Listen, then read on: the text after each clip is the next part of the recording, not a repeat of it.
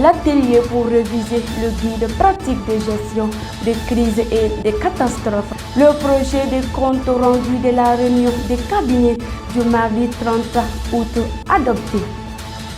La situation sécuritaire du mois d'août dans les différents théâtres des opérations est désormais connue. Une délégation conduite par le ministre Abdoulaye Diop a été reçue par le président de la République togolaise. Chers abonnés de la FASO Mali, très ravi de vous retrouver à ces flashs d'informations. Le secrétaire général du ministère de la Sécurité et de la Protection civile, M. Oumar Sogoba, a présidé au nom de son chef de département, le général de brigade Daoud Ali Mohamedine, la cérémonie d'ouverture de l'atelier de révision du guide pratique de gestion des crises et catastrophes. Cet atelier a eu lieu hier lundi 5 septembre 2022 à l'école de maintien de la paix à Lyon Blondi Beye. La dite cérémonie a marqué la présence de nombreuses personnalités, notamment le directeur général de l'EMP, le colonel Souleymane Sangaré, le coordinateur de l'Institut des Nations Unies pour la formation et la recherche, le commissaire divisionnaire de police Baba Mariko, le chef du centre de coordination et de la gestion des crises et catastrophes, le colonel sapeur-pompier Issa Raoul Sidibé et d'autres cadres et experts. Selon le commissaire divisionnaire de police Baba Mariko, cet atelier s'inscrivait dans le cadre du partenariat fécond entre l'Institut des Nations Unies pour la formation et la recherche et le ministère de la Sécurité et de la Protection civile.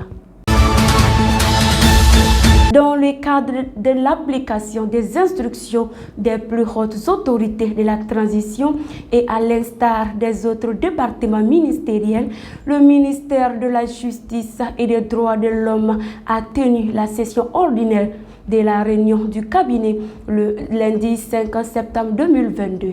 La réunion s'est tenue sous la présidence du secrétaire général du département, le docteur Boubacar Sidiki Diarra. Elle a adopté le projet de compte rendu de la réunion de cabinet du mardi 30 août dernier, examiné les dossiers inscrits à l'ordre du jour du Conseil des ministres du mercredi 7 septembre 2022 et a procédé au contrôle des tâches des services centraux et assimilés du département, du cabinet et du secrétariat général. La direction de l'information et des relations publiques des armées, DIRPA, a tenu sa traditionnelle conférence de presse mensuelle dans sa salle de conférence le lundi 5 septembre 2022. La conférence était animée par le directeur adjoint de la DIRPA, le colonel Nema Sagara, sous le leadership du directeur de la dite direction, le colonel Souleymane Dambélé. Elle avait pour objet de communiquer et d'informer le public à travers les médias sur le point de la situation sécuritaire du mois d'août dernier dans les différents théâtres d'opération.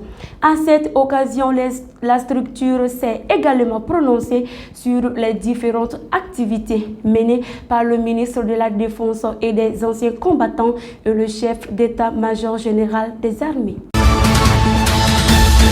Dans le cadre de la 3e réunion du groupe de soutien à la transition du Mali, ouverte ce mardi 6 septembre 2022 à Lomé, au Togo, son Excellence M. Faure Gnassingbé, président de la République du Togo, a reçu hier lundi 5 septembre 2022 la délégation ministérielle du Mali conduite par le ministre des Affaires étrangères Abdoulaye Diop.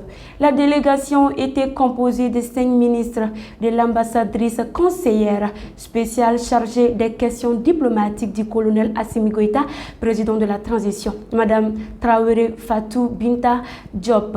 Selon Abdoulaye Diop, cette visite avait pour objet de venir transmettre les salutations fraternelles du président de la transition du Mali, le colonel Assimi Goïta, à son homologue Faure Gnassingbé pour tout le soutien qu'il a apporté au Mali et son engagement auprès de ses pairs de la sous-région pour l'aboutissement de la transition au Mali.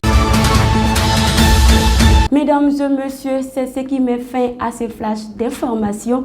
Merci pour votre fidélité et bonne soirée à tous et à toutes.